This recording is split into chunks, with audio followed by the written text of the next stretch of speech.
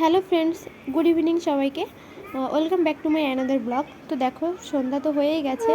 তো তার জন্য আমি বিকালে গিয়েছিলাম আমার ফুল গাছগুলোতে জল দিতে। তো বিথি মানে আমার বোন ওই বললো যে দিদি তুই রাখ, আমি জলটা দিয়ে দিচ্ছি। ও আসলে বলেছিল অনেক দিন থেকে কতগুলো সবজির খোসা একসঙ্গে জড়ো করে রেখে সেগুলো সব ভিজিয়ে রেখেছিল।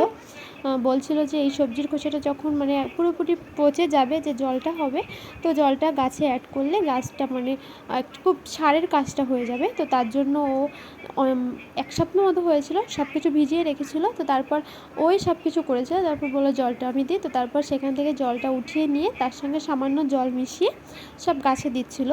তো আমাদের বাড়িতে যদিও বা খুব বেশি গাছ নেই, সামান্য কটা গাছ লাগিয়ে দিয়েছে আমার বাবা।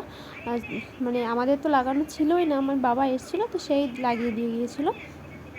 তো 4-5টা ফুল গাছ আছে আর বেগুন গাছ আছে 3-4টে। যদিও বা বেগুন কিছুই হয় না, শুধু মানে দেখার সৌন্দর্য। তো তারপরে গাছগুলো যেহেতু আছে জল তো দিতেই হবে। তো দেখো জল দিচ্ছিলো আর আমি ভিডিও করছিলাম। ও সবগুলো গাছে দিচ্ছিলো জল। আসলে সবজিগুলো অনেক দিন থেকে রেখেছিলো, তো খুব একটা মানে খুব গন্ধ লাগছিলো। আমি খুব কাছে যেতেও পারছিলাম না, নাক বন্ধ করে রেখেছিলাম।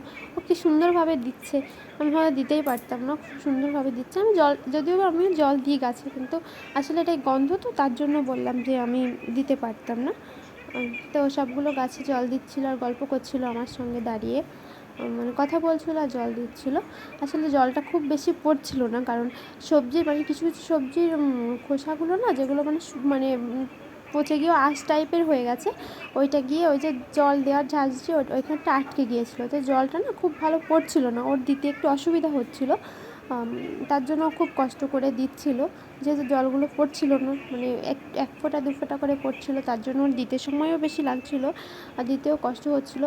তা আমি বলছিলাম যে তুই একটা কাজ কর, এটা মানে কাট করে ঢেলে দে। ও বলছিল না এভাবেই পড়বে। তো ও সেভাবেই দিচ্ছিলো। তো সেভাবে দিচ্ছিলো, পড়ছিল না, ওর একটু কষ্ট হচ্ছিলো। পরে দেখলাম আমার কথা মতো একটু কাট করে দিচ্ছিলো। তো এদিকে একটা কুমড়ো গাছ হয়েছিলো, কুমড়ো গাছটা যদিও বা এখন মানে প্রায় মারা যাওয়ার পথে।